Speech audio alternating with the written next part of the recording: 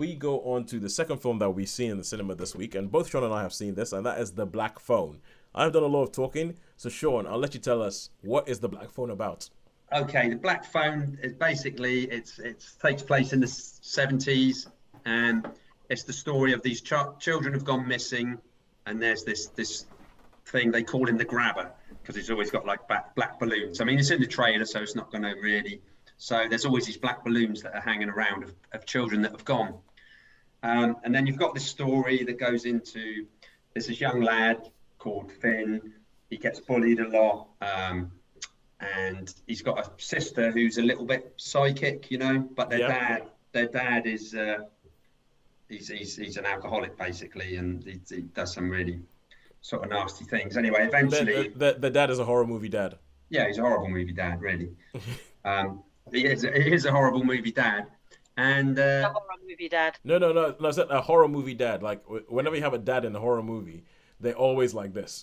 Yeah, They very always have strict, baggage. you know, and dismiss things. You know what I mean? Dismiss things. It's like, don't be so stupid. You know what I mean? There's no such thing as monsters under the bed and all that. You're not special. You're not special. Yeah, that's it. Well done, Toad. Anyway, but they've got a really strong bond, this sister and brother, and the brother or the boy Finn gets taken, and he's shut in this room, and then you've got the movie tropes of try and look after him, and there's this phone. He gets messages through this phone that's disconnected, basically. Yeah. So hence you've got the black phone, and then it turns into pretty much standard, like someone's kidnapped in a basement. What are they going to do? And Like a survival horror film. like a survival horror film. Yeah, it's a survival horror film, really. And so on this phone, he's getting messages to say, do this and do that, and put a magic rope, that and stuff. Anyway, so yeah, you know the bit I'm talking about. Yeah, no, I know. What you're talking Yeah. about. And so anyway, so to start off, I mean, I like this period. I like this sort of period films. This period, obviously, being from there. So, and it did have that feel. But as I say, it's fairly standard. Would you call it a hostage film or like that? Like, well, someone that's in. It's kind of like but because there were a lot of things about this film you were talking about earlier. Why that you were like, oh, this. You actually said to me, this isn't the kind of film you usually watch, and you're right, it isn't, because I am not a big fan of horror movies, and especially like the hostage movies where you get somebody and they get locked up and I mean, I've seen a couple of them, but I think there needs to be something more to intrigue me to watch one of them, because I don't know why you want to watch a film that either scares you or you want to watch a film where it's mostly just going to be nasty, horrible stuff. And well, the reason is I've never seen a horror film that scared me, and I want to be, and I've never got the jumps, and I've never, it's always, and they're so predictable, and I've been looking for something that made you say, oh, this is really good. And sometimes some of these films, they start off really, really good, and then they just fall on their backsides, but I'll tell you that the thing that made me watch this film was because it's based on a story. It's based on a story by an author called Joe Hill, and more on him in a bit late in a second. I know who he is. You know who he is. Yeah. Yeah. We'll get onto who he is in a second. But it's by an author called Joe Hill, and the whole idea, because when they had mentioned this, like this kid gets kidnapped because there's been this guy called the Grabber, and it has to be in the 70s because that's when you had phones like that. So there's a phone, like a rotary phone attached to the wall, but the phone's disconnected. So the wire's been ripped out and the phone's been disconnected. But while he's in this room where he's been kidnapped, one day the phone rings.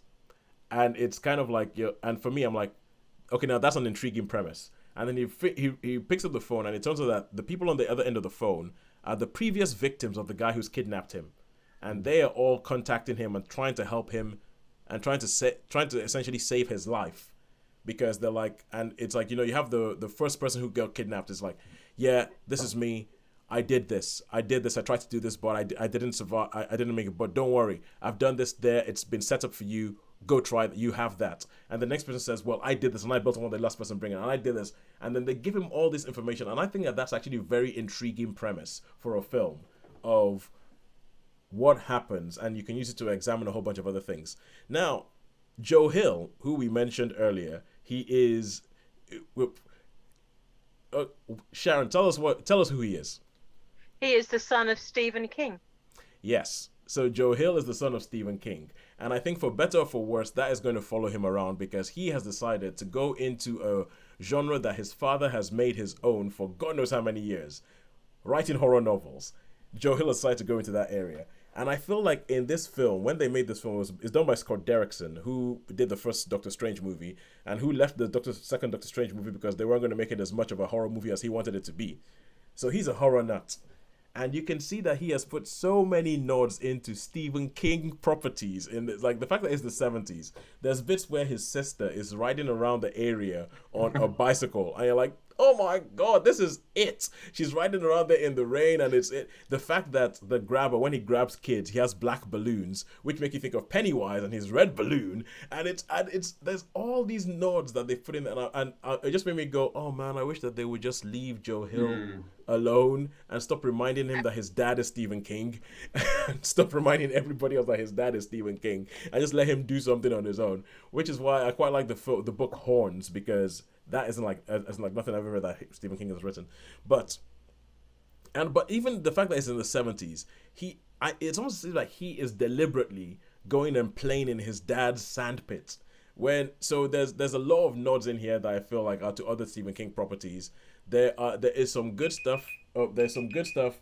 I think, Shaun, I'm sure if left to your own devices, you would probably end up talking about the child actors. There are some alright child actors, and there are some not alright child actors in this. The thing I'd talk about, Toes, is incompetent police and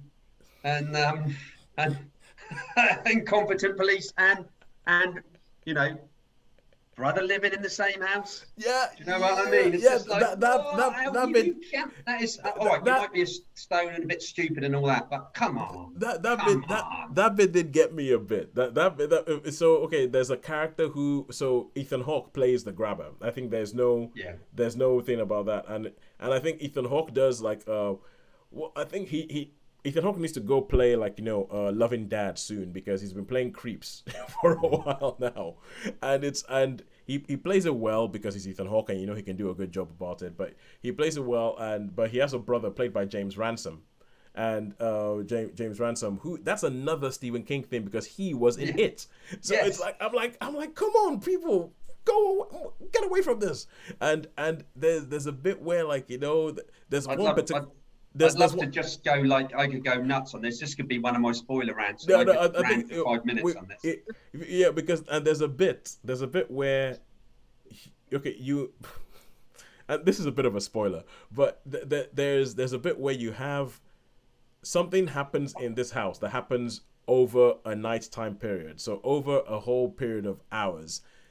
But if you have an abducted person in this house and you have somebody else who's not aware of this abducted person in this, it just seems a bit kind of weird to just do what this character does and not expect to be caught.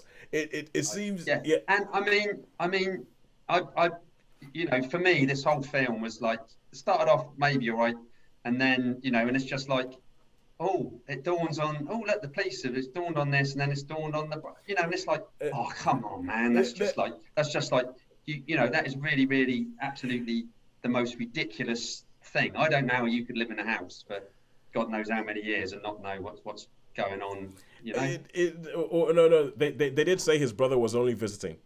Oh right, okay, yeah, that's true. Good point, they put that in there. Yeah. So they tried to cover their bums a bit. So right, yeah, good point. I didn't think about that. I guess I was getting, but what? Okay.